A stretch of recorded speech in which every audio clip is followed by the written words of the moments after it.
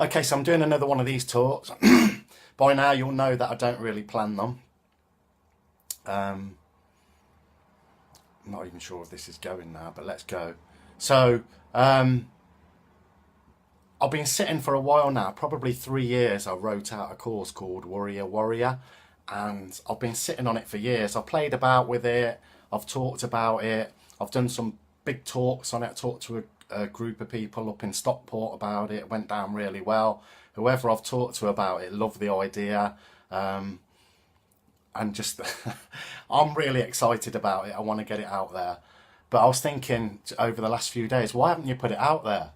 And I realise it's quite ironic that I called the course Warrior Warrior, because I realise that it's the worrier bit of me that's stopping me from putting it out there. And then I started to think, which is natural, we've all got that bit. I don't care who you are. I'm not going to come on these and do these little film clips and say that I don't get fear, I don't get jealousy and all those things, because I do. They're all natural. I don't know anyone that doesn't. And I think part of the process of developing is accepting that.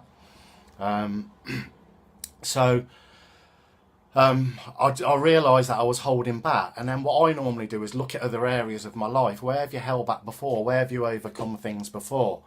And I started to think of all the physical stuff. Growing up, I had a real fear of physical confrontation, which, hi Matthew, which didn't go down very well in the area that I was brought up in. It was quite a rough area. I loved it, but it was a rough area. There was lots of fights, lots of little gangs. I was quite lucky that I lived next to a big Irish family, and they saved me from a few hide-ins as a kid. So, like I said, I had this fear of confrontation. I remember getting to secondary school. I've written about this in my book, Fighter, Rescuer, Healer. I remember getting to secondary school, and again, it was an all-boys school. There was a lot of bullying going on. And I'd say within the first couple of weeks, I'd had a couple of where I'd been punched or kicked, got beat up a little bit. And I remember I was sitting down one day after school, and these two older kids came up, said something to me. Again, I've talked about this before in my book, Fighter, Rescuer, Healer. And this one, I'll never forget, even now, all these years afterwards, I can remember the look on this kid's face. It was just pure nastiness, pure anger. And I'm sitting down, and he just started punching and kicking me. First of all, he'd asked me if I had any older brothers at the school, and because I didn't, I was the eldest of four, which I naively told him. He started to lay into me, kicking me, punching me. And I remember just curling up in a ball and then walking home afterwards. It was about a 2 mile walk to school. And I remember walking home afterwards and feeling, I think I had a cut lip and a few bruises, but I was physically, I felt okay, but I was ashamed. And I'll never forget that feeling of being ashamed, because I didn't fight back. That's why I've called this little clip, it's better to have fought and lost than not have fought at all. That's what I realised at that age. And I made up my mind. I remember this feeling coming over me, because I knew within a few years my 3 younger brothers would be coming to the school. And what was I going to do? Just stand back and let the same thing happen to them and not do anything because I was scared. And I was scared. But I always remember just making my mind up at that moment in time, right, that's never going to happen to me again, ever. I don't care who it is. I don't care what I have to do. I'm going to fight back. And I did. I remember thinking at the end of my first year at that secondary school, counting my fights. And I remember I had 13 fights in the first year of secondary school. Some of them were just little scuffles. Some of them were bigger fights where the whole school gathered afterwards, where I'd be fighting with somebody. And that sort of diminished after that. Each year it went down and down and down. And I think that was because I wasn't scared anymore, and people realised that, there's no point picking on him because he's going to fight back. And bullies don't like to pick on people that are going to fight back. So if I take this forward, again, I remember going forward a long time now, being in my mid-20s, I'm married with 2 kids, and this feeling of fear that had never gone away, even though I'd stood up for myself, the fear was still there. I remember thinking, hang on a minute, I've got a wife and 2 kids here. What if something happened? What if somebody attacked them? What if somebody broke into the house? I remember being full of fear, thinking, what if I can't defend them? And that's when I started to go into, I think I was about 27, 26, 27. I got into martial arts. I started training with Jeff Thompson. And again, just like growing up and being brought up in a rough area, I didn't plan this, but I probably ended up in one of the toughest martial arts schools around at the time.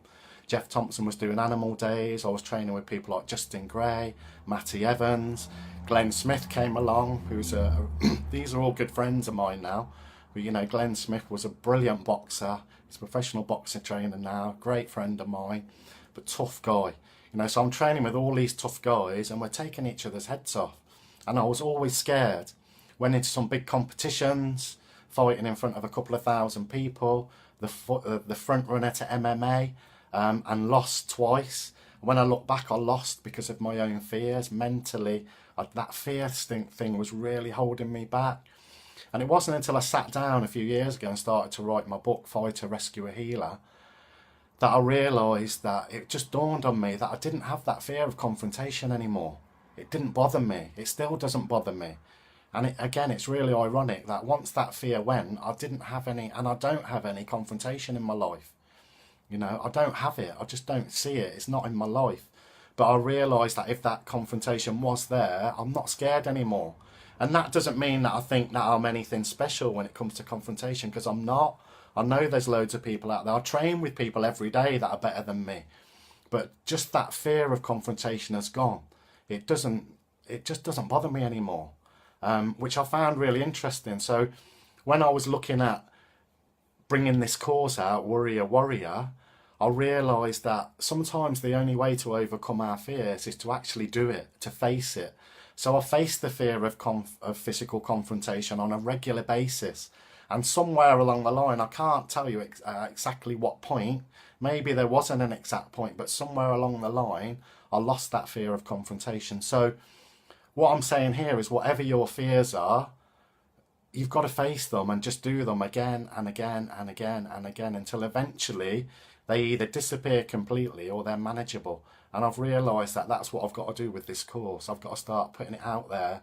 You know, I'm working with people on a daily basis. I've worked with people that are suicidal, people that have lost kids, mental health problems. For the last 15 years I've been doing that, and yet I'm still worried about putting a course out there that I know is going to help lots of people. So now it's the time to do it.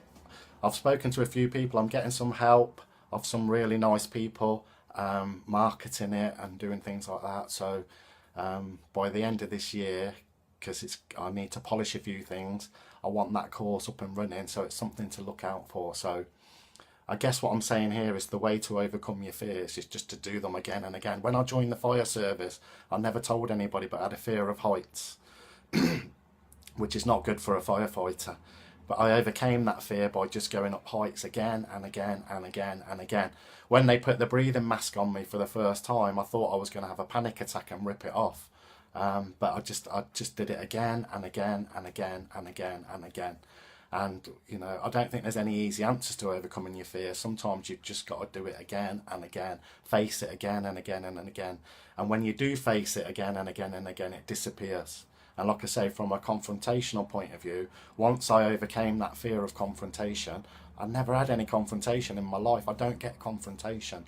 So that's what I wanted to share with people today. And look out for this course because I'm really excited about it. Warrior Warrior. It'll be coming soon. Okay, thank you.